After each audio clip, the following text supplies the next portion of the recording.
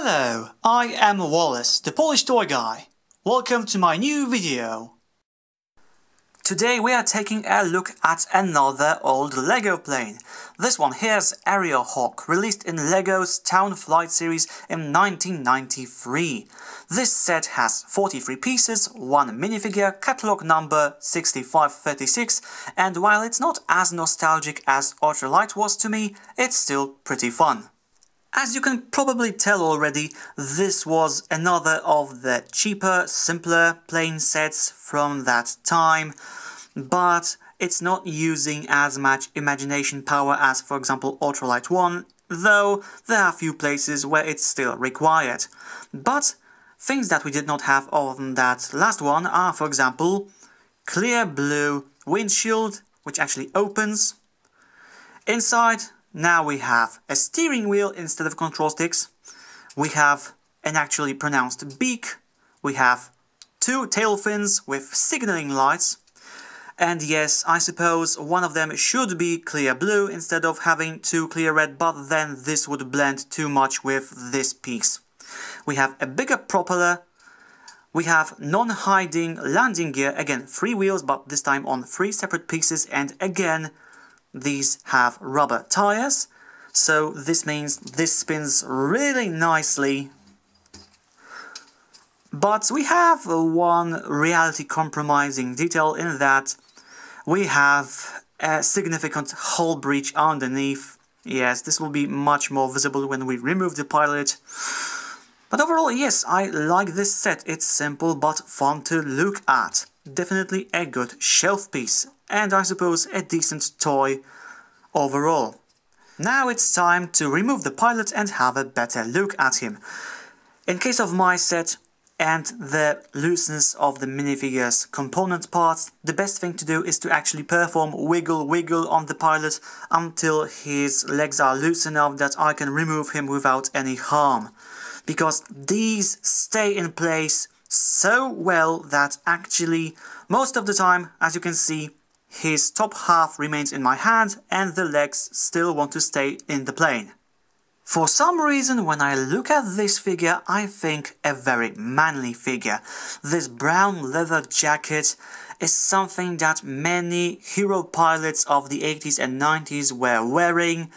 It just makes the hero cooler than when he's wearing a full flight suit.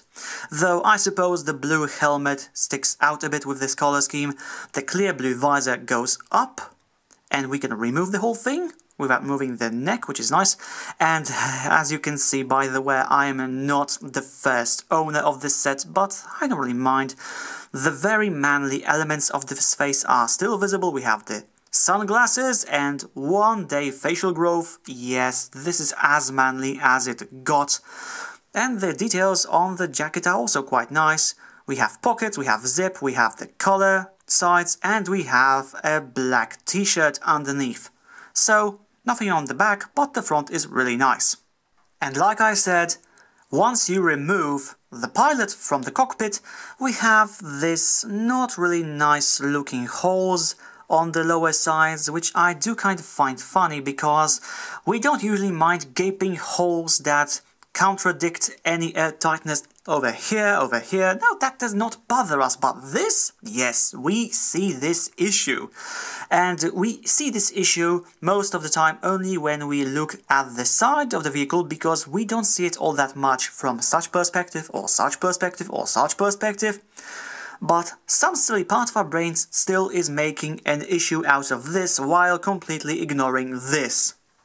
The amusing thing about this set for me is that once we remove the wing sections, we get a body that could pass as a decent scooter tricycle hybrid. Or we could just rebuild Aero Hawk so that it looks like something that Eagle Riders could drive in.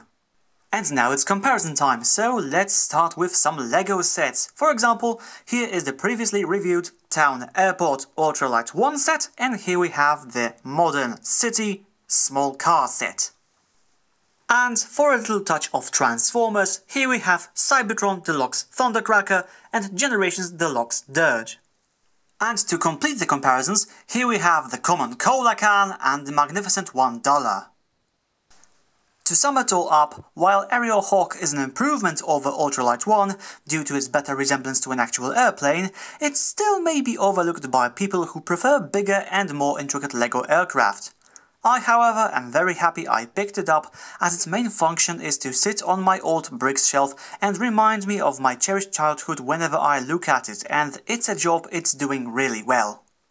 And that's all for this video review. I will be back with the next one soon, and until then, stay well.